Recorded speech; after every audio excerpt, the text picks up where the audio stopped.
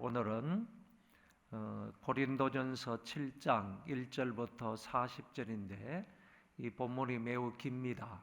중간중간에 하나님 말씀을 살펴보도록 하겠습니다. 이 고린도 교회 안에는 크게 10가지 문제가 있다고 했습니다. 그 10가지 문제 중에 우리가 지금까지는 4가지를 살펴보았습니다. 제일 첫 번째는 교회 안에 당파가 생겼다, 분쟁이 생겼다라는 것이고, 두 번째는 아버지의 아내를 취하였다. 다시 말해 이 근친상간에 죄가 있었다 하는 부분을 얘기를 했고, 세 번째는 성도들 사이에 서로 시기하고 다투고 이런 것으로 인하여서 사회법정에 나아가서 서로 고소 고발하는 일들이 있었다. 이런 문제를 바울은 어떻게 취급을 했는지 세 번째로 살펴보았고, 어제는 성적 문제, 이거는 두 번째 있는 성적 문제와 다르게 교인들이 종교적인 창녀와 성관계를 가지는 이런 좋지 못한 일이 있었는데 그 부분에 관해서 바울이 어떻게 책망하고 해결해 나가시는지 말씀을 보았습니다. 오늘은 5번째 문제인데 결혼에 대한 얘기입니다. 이 혼인에 대한 문제인데 결혼이라고 말하면 또 이혼이 있지 않겠습니까? 그래서 결혼에 대한 것, 이혼에 대한 것, 이혼을 하게 되면 재혼이라는 문제가 또 나오니까 그 재혼에 대한 것, 그리고 이런 부분에 관해서 또 뭐 독신으로 사는 것, 여러 가지 문제에 대해서 말씀을 하고 있습니다. 이 문제에 대해서 바울은 어떻게 말씀하고 있는지 이런 부분에 관하여서 성경적인 입장을 살펴보도록 하겠습니다. 먼저 배경적으로요, 제가 거기 기록해 둔 것은 우리가 이 본문의 말씀을 좀 더 잘 이해하기 위해서는 이 본문의 배경을 조금 생각해 봐야 되는데, 배경을 알기 위해서는 영지주의자들의 결혼관하고 그 다음에 그 당시 이 스토아 학파, 이 철학 학파죠. 이 스토아 학파가 가지고 있는 결혼관이 어떤 것인지를 조금 살펴보는 것이 필요합니다. 그래서 간단하게 적어두었습니다. 영지주의자들은 어떤 결혼관을 가지고 있었는가 하면은 이 몸은, 육체는 더러운 것이고 죄악된 것이기 때문에 이 육체는 별 가치가 없는 존재이기 때문에 아무렇게나 해도 상관이 없다. 이런 관계, 이런 그 관을 가지고 있는 사람들이고, 또 더 나아가서 어떤 사람은 영적인 사람이 관심을 둘 가치가 없는 것으로 결혼을 생각을 했다는 것입니다. 만약에 영지주의자들이 이 두 가지 관점에서 결혼관을 가지고 있다면 문제가 되는 것은, 천자는요, 몸을 아무렇게나 해도 된다, 아무렇게나 돌려도 된다, 사용해도 된다, 이런 입장의 결혼관을 가지고 있다면 그런 사람들은 결국 방종으로 빠지기가 쉽다는 얘기고, 더 나아가서 영적인 사람이 관심을 둘 가치가 없다, 결혼이라는 건, 또 몸을 사용하는 것에 있어서 진짜 영적인 지식을 중요시 여기는 영지주의자들은 그런 결혼하는 거, 육체적으로 사람들이 뭐 사랑을 나누는 거, 이런 부분은 별 관심을 가질 가치가 없다, 이렇게 생각하는 사람들은 결국에 금욕주의적인 자기 부정으로 이어질 수가 있다 하는 점을 얘기를 했습니다. 그리고 에피쿠로스 학파와 반대되게 스토아 학파는 어떤 결혼관을 가지고 있는가 하면은 모든 사람은 결혼할 의무가 있다, 이렇게 주장을 한다는 거예요. 그러면서도 이 스토아 학파, 이 철학을 중시하는 이 사람들은 좀 더 지적인 사람은 철학에 전념하기 위하여 결혼의 성가심을 피할 수 있다. 모든 사람은 결혼을 해야 된다라고 의무적인 조항으로 만들어 놓고도 좀 더 철학에 깊이 있게 연구할 사람은 거기에 빠질 필요가 없다, 얽매일 필요가 없다, 이렇게 또 주장을 한다는 것입니다. 그래서 오늘 이 본문의 말씀에 조금 배경이 되는 그런 입장이 영지주의자들의 결혼관과 그리고 스토아 학파의 결혼관을 우리가 조금은 생각을 하고 있어야 본문의 말씀을 좀 더 잘 이해할 수 있다고 생각을 합니다. 결혼에 대해서 1절부터 9절에 말씀하시는데 잘 보시기 바랍니다. 1절에 너희가 쓴 문제에 대하여 말하면 그랬습니다. 여러분, 너희가 쓴 문제에 대해서 사도 바울이 대답을 한다는 것을 볼 때에 이 결혼에 대해서, 이혼에 대해서, 그리고 재혼에 대해서, 독신에 대해서 이런 부분에 대해서 고린도 교인들이 바울에게 먼저 물은 겁니다. 고린도 교인들이 질문을 한 거예요. 이럴 때 어떻게 해야 됩니까? 이럴 때 어떻게 해야 됩니까? 이렇게 질문을 한 것에 대해서 바울이 이제 고린도 전서를 통하여서 답변을 하고 있다, 이렇게 생각하시면 됩니다. 그렇게 말하면 남자가 여자를 가까이 아니함이 좋으나 2절 음행을 피하기 위하여 남자마다 자기 아내를 두고 여자마다 자기 남편을 두라, 결혼을 하라는 얘기죠. 그러니까 한 남자가 한 여자와 결혼을 하라는 얘기입니다. 일부 다처를 주장하는 것도 아니고 일처다부를 주장하는 것도 아닙니다. 그러니까 한 남편이 한 아내를 두라, 한 여자가 한 남편을 두라 하는 것을 여기에서 얘기를 했고, 그러면 3절에 남편은 그 아내에 대한 의무를 다하고 아내도 그 남편에게 그렇게 할지니라. 그러니까 서로에 대해서 결혼을 했으면 의무를 다하라고 얘기하는데 이 의무를 성경 원문에는 정확하게 애정을 베풀어라 이렇게 되어 있습니다. 그러니까 남자가 아내에게 그리고 아내가 남편에게 각각 결혼했다고 한다면 상대편에 대해서 그 의무를 다해라, 애정을 베풀어라 이렇게 얘기를 합니다.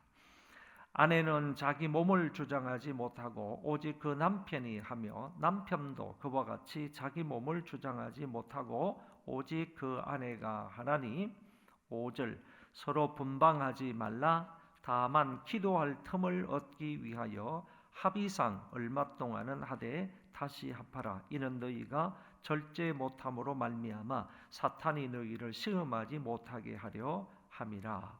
그러니까 서로 분방하지 말라, 각방 쓰지 말라 그런 얘기입니다. 사도 바울이 얼마나 결혼도 안 해본 사람이 이렇게 정확하게 각방을 쓰게 되면 문제가 일어날 수 있으니까 각방을 쓰지 말라.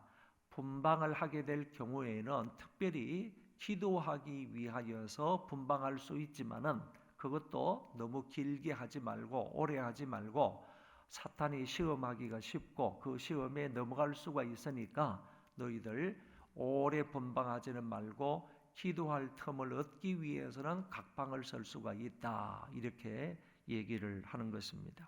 여기 기도할 틈을 좀 더 정확하게 말하면 앞에 금식이라는 말이 붙어 있습니다. 그래서 금식과 기도할 틈을 얻기 위하여서는 일시적으로 분방할 수 있지만은 그러지 않고 있을 때에는 항상 분방하지 말고 한 방을 써라 이렇게 얘기합니다.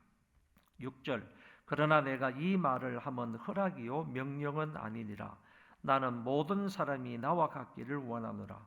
그러나 각각 하나님께 받은 자기의 은사가 있으니 이 사람은 이러하고 저 사람은 저러하니라.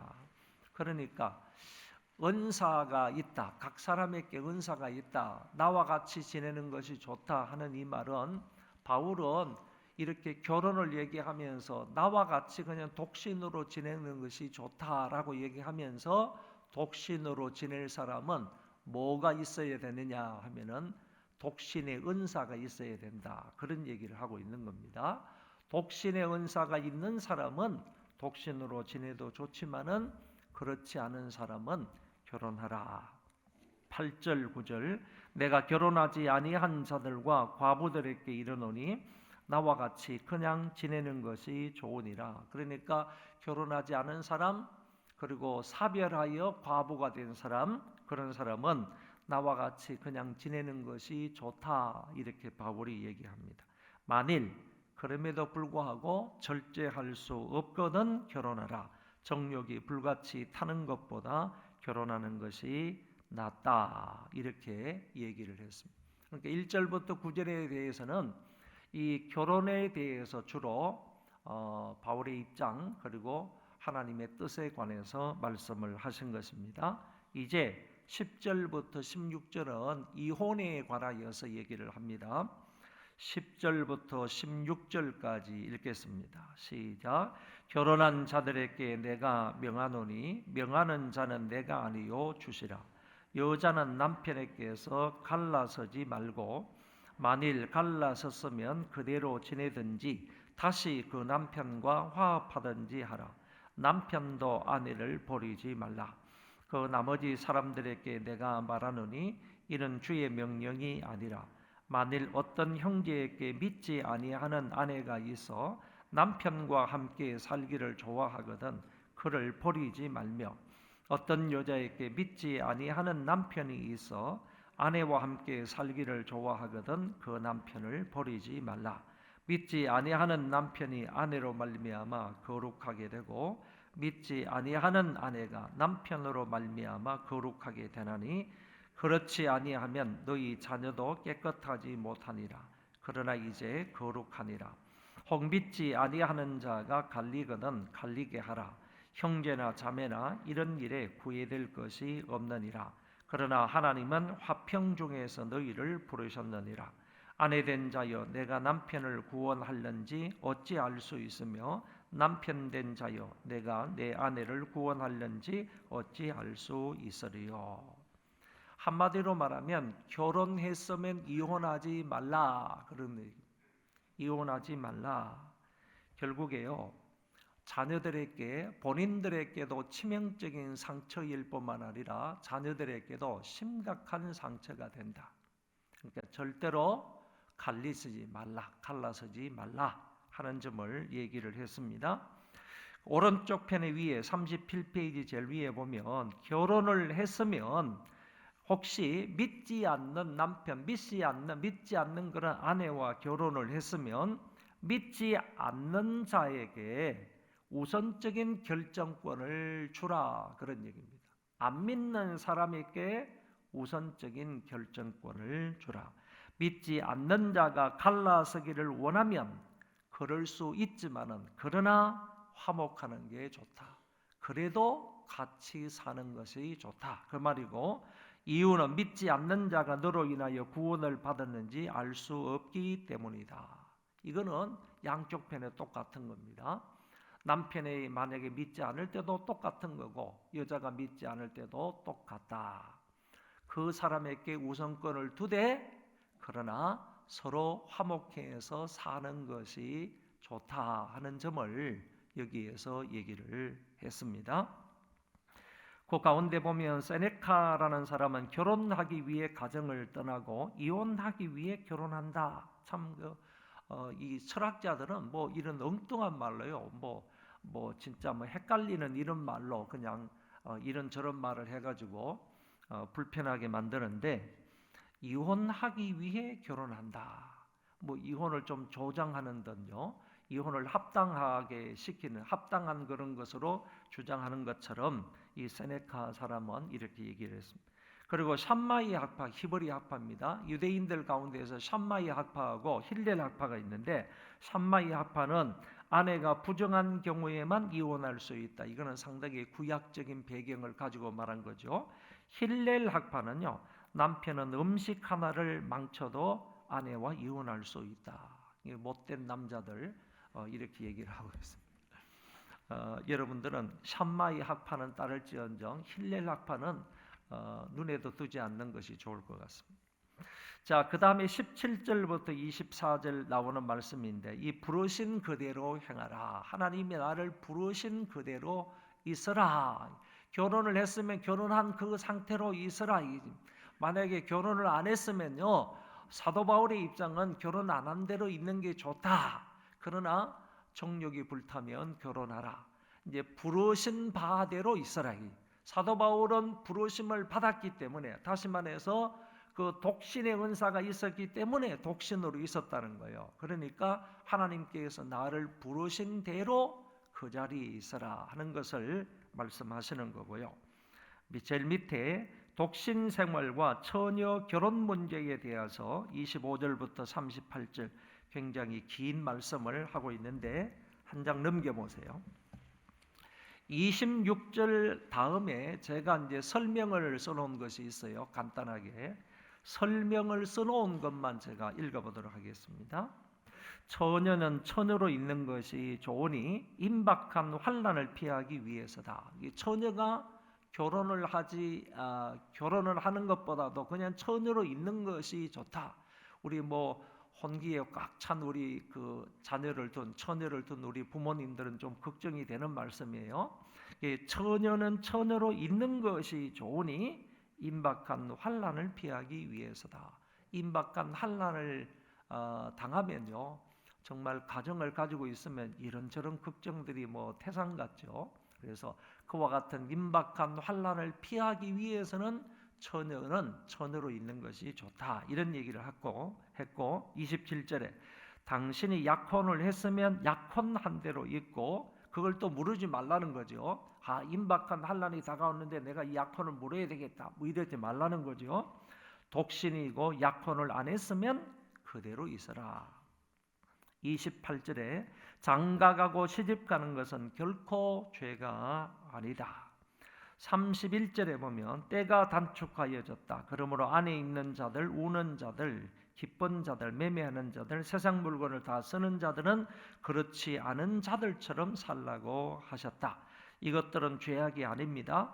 그것들 모두 중요하고 하나님께 영광을 돌릴 수 있습니다. 그러나 궁극적으로는 중요한 것이 아니고 이거는 비교적 중요한 사항이다. 그런 얘기입니다. 그 밑에도 이제 쭉 보시면 한 문장만 읽겠어요. 세상의 외형은 지나간다. 33절 밑에 보세요. 미혼 남자와 기혼 남자의 삶은 어떤가 하면은, 전자는 미혼 남자는 주를 기쁘시게 하고 후자는 기혼 남자는요 아내를 기쁘게 하며 산다 그랬는데, 참 이거 그 젊은 남자들, 결혼하지 않은 남자들 정말 온 젊음을 다하여서 주님의 기쁨을 위해서 살아야 되는데 여기는 그렇게 얘기했잖아요. 기혼 남자들은 자기 아내를 기쁘게 하며 살지만은 이 미혼 남자들은 전적으로 주님을 기쁘게 하며 산다 이렇게 말했는데, 참 이 말씀 들으면 조금 부끄럽기도 합니다. 34절에 처녀와 기혼 여성도 마찬가지로 각각 주의 일과 세상 일에 염려하며 산다. 처녀는요 주의 일에 염려하며 사는데 결혼한 여성은요 세상 일을 염려하면서 산다 이렇게 얘기하고 있습니다. 38절 밑에 보면 혼기가 찬 딸을 둔 부모는 딸을 결혼시켜야 하겠다고 생각이 되면 결혼을 시키고요, 결혼시켜야 하는 부득이한 상황이 아니면 그대로 두어도 잘하는 것이다. 조금 이로가 되는지는 모르겠어요. 결혼시켜야 하는 부득이한 상황이 아니면요 혼기가 찬 딸이라도 그냥 그대로 두는 것도 좋다 이렇게 바울은 권면을 하고 있습니다. 이제 39절에서 40절요 과부들에 대한 얘기입니다. 두 구절을 같이 읽어보겠습니다. 시작. 아내는 그 남편이 살아있는 동안에 매여 있다가 남편이 죽으면 자유로워 자기 뜻대로 시집갈 것이나 주 안에서만 할 것이니라. 그러나 내 뜻에는 그냥 지내는 것이 더욱 복이 있으리로다. 나도 또한 하나님의 영을 받은 줄로 생각하노라. 사별한 과부는요 재혼할 수 있으나 주 안에서만 하라 이렇게 얘기를 합니다. 결혼할 남자는 주님께 속한 사람이어야 된다.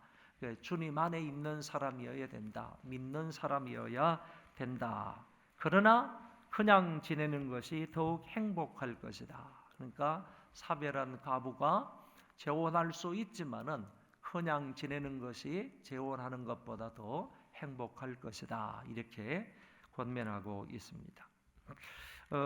여기 뭐 계신 분들은 대부분 결혼을 하셨겠지만 우리 혼기에 찬 그런 자녀들이 있을 수 있으니까 결혼을 고려하고 있는 젊은 남녀에게 다음의 사항 질문 몇 가지를 우리가 한번 생각해 보도록 하겠습니다. 1번 읽겠습니다. 하나님께서 나에게 주신 은사는 무엇인가?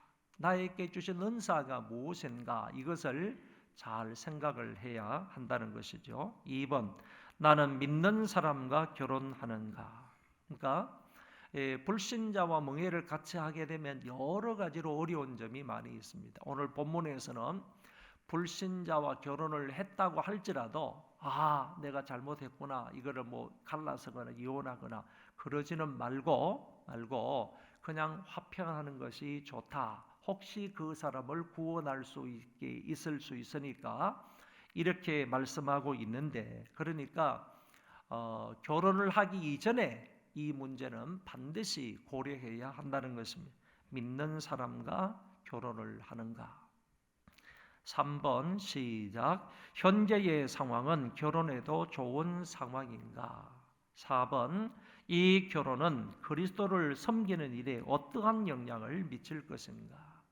한마음 한뜻이 되어서 서로 연합해서 힘과 지혜를 모두고 또 물질을 모두어서 하나님을 더 잘 섬길 수 있는 건가? 아니면 그것과 반대되는 것인가? 이런 것들을 생각해 보고 5번 결혼은 평생을 위한 새로운 결합이다.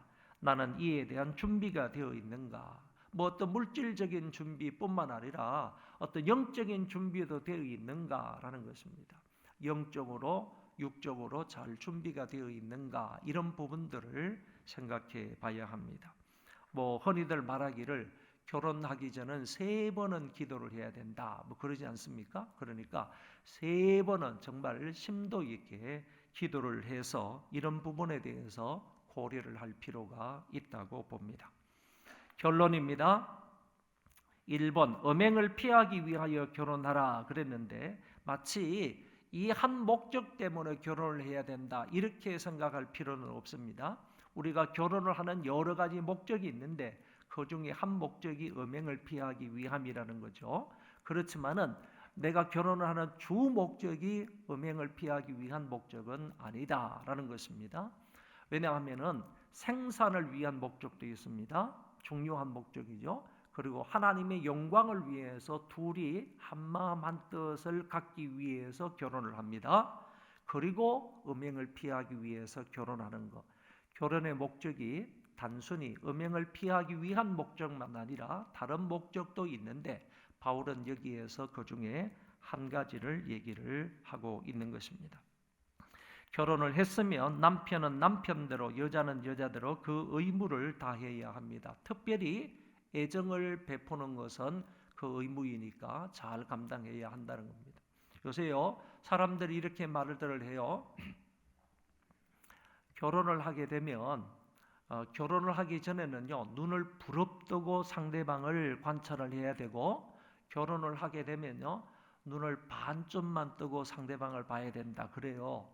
이게 무슨 말인가 하면은 처음에 눈을 부릅뜨고 상대방을 봐야 되는 거는요 상대방의 어떤 지정의의 이런 부분들을 관찰하라는 거죠. 심도 있게 이 사람의 지적인 부분과 이 사람의 감정적인 부분과 이 사람의 의지적인 결단, 의지적인 결정 이런 부분들에 대해서 아주 상세하게 이렇게 눈을 부릅뜨고 관찰할 필요가 있다는 얘기고, 이제 그런 관찰이 다 끝나서 나는 저 사람을 결정을 했어요. 하나님의 뜻 가운데에서 내 배필이다 라고 결혼을 했으면 그때부터는 어떤 흠이 드러나고 어떤 약점이 드러나도 그냥 반쯤 이렇게 눈 감아주라는 얘기예요. 그런데 결혼을 하고 나서도 1년 2년 살고서 상대방에 대해서 눈을 부릅뜨고 있으면 거기는 분명히 사달이 나는 거죠. 왜냐하면 보이는 게 너무 많은 거야. 결혼 전에 눈을 부릅뜨고 안 본 거를 이제 막 눈을 부릅뜨고 보니까 보이는 게 너무 많은 거지. 그렇게 되면 그 사이에는 문제가 많이 발생할 수 있으니까 결혼한 사람들은 눈은 반쯤 이렇게 감고 생활하시는 게 좋다는 거 권면의 말씀드립니다. 그리고요, 지금은요, 여러분들 보면 지금은 그래요. 지금은요, 사랑은요, 30%밖에 안 돼요. 우리가 결혼 생활하는 것은요, 사랑은 한 30% 정도밖에 안 돼. 70%는 뭘로 사는가 하면 용서로 사는 거예요. 용서. 그래서 지금은요, 사랑과 용서가 3대 7이에요, 심리. 그렇게 살아가야지 여러분들 결혼 생활을 조금 잘할 수가 있어요. 무조건 상대편의 잘못이 일어나고 그 다음에 잘못되게 말하고 이렇게 하는 것도요, 그냥 용서하면서 용납해 주는 거예요. 그게 70% 정도 생활을 해야 행복한 가정 생활이 된다라고 어느 사람이 얘기를 하더라고요. 그래서 여러분들에게 전해드립니다. 2번, 결혼을 했으면 이혼하지 말라. 믿지 않는 자가 갈라서기를 원하면 그럴 수 있으나 그러나 화목한 게 좋다. 이유는 믿지 않는 자가 너로 인하여 구원을 받을는지 알 수 없기 때문이다. 3번, 너희는 각각 부르심을 받은 그대로 하나님과 함께 거하라. 너희는 값으로 산 것이 되었으니 사람들의 종이 되지 말라.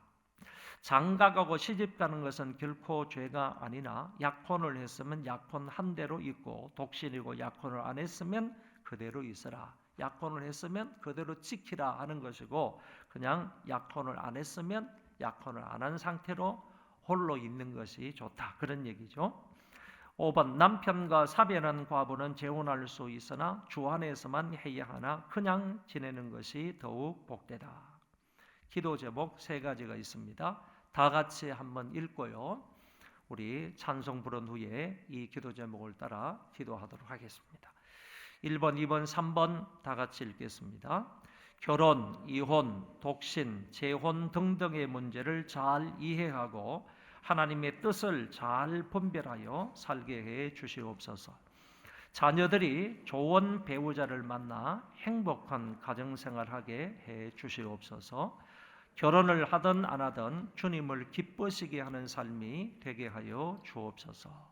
이 3가지 기도 제목을 따라서 우리의 자녀들을 위하여 주로 이 제목으로 기도하도록 하겠습니다.